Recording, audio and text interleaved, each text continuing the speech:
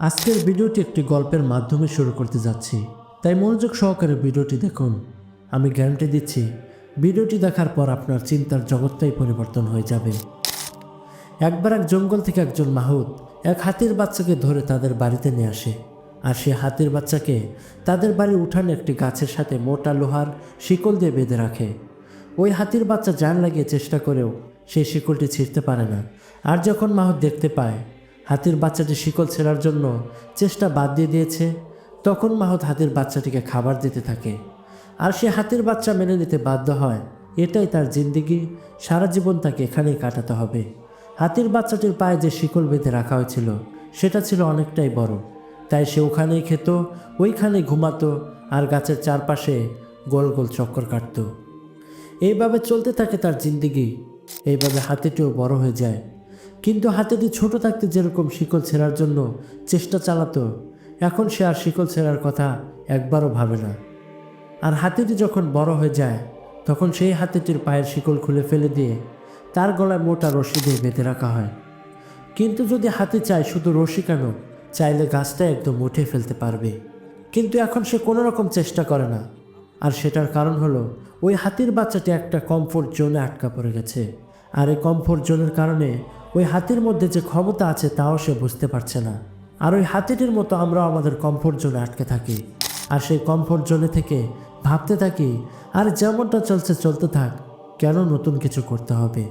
আমি চাইব আর একটা গল্প আপনাদের সাথে শেয়ার করতে, যা থেকে আপনি ক্লিয়ার বুঝতে পারবেন আসলেও কমফোর্ট জোন কতটা ক্ষতিকর।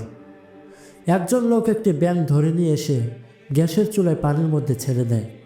আর ধীরে ধীরে সেই পানিটিকে গরম করতে থাকে।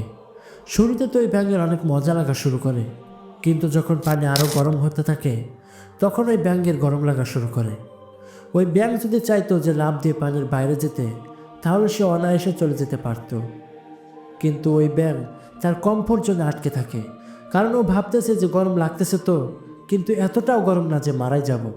কিছুক্ষণ পর পানি ফুটতে শুরু করে, তখন ওই ব্যাঙটি বাইরে যেতে চাইলেও তার যাওয়া হয়নি। আর কিছুক্ষণ পর ওই ব্যাঙটি সেই পানির মধ্যেই মারা যায়। ওই ব্যাঙের মতো আমরাও এইরকমভাবে ওয়েট করতে থাকি যে কাজ চলছে তো চলতে দাও, কষ্ট হচ্ছে তো হতে থাক, সমস্যা নেই, মারা তো আর যাব না। কমফোর্ট জোনে আটকে থেকে কোনো রকম অ্যাকশন না নিতে পেরে জীবন আটকে গেছে, কিন্তু এতটাও নয়, এটাই তো ভাবছেন তাই না? কমফোর্ট জোনে অনেক কমফোর্টেবল ফিল হয়ে থাকে, কিন্তু ভিতরে ভিতরে আমাদের সবার জানা হয়ে যায় যে এই কমফোর্টেবল ফিলিং সামনের দিনগুলোর জন্য জীবনকে একদমই আনকমফোর্টেবল বানিয়ে দিতে পারে। যদি আপনি সত্যি সাকসেসফুল হতে চান, তাহলে আপনাকে আনকমফোর্টেবল হতেই হবে। কমফোর্ট জোন থেকে দুনিয়ার কোনো মানুষ কামিয়াব হতে পারে না। আমরা এই দুনিয়ায় শুধু ঘুরতে ফিরতে, টিভি দেখতে, movie, web series, social media scrolling করার জন্য আসিনি। প্রথমে নিজের জন্য কিছু করে এই দুনিয়ার কোনো না কোনো মানুষের জন্য ভালো কিছু করার জন্য দুনিয়াতে এসেছি। আর এই দুনিয়ার জন্য কিছু করার জন্য আগে নিজেকে গ্রো করতে হবে। আর কমফোর্ট জোনে থেকে আপনি কখনোই তা করতে পারবেন না। কমফোর্ট জোন থেকে বেরিয়ে আসার উপায় হলো আপনি ওইগুলো করার চেষ্টা করেন যেগুলো এর আগে কখনো করেননি।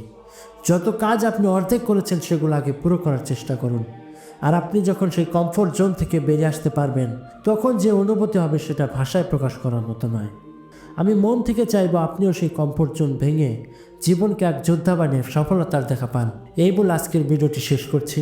সবাই ভালো থাকবেন, সুস্থ থাকবেন। খোদা হাফেজ।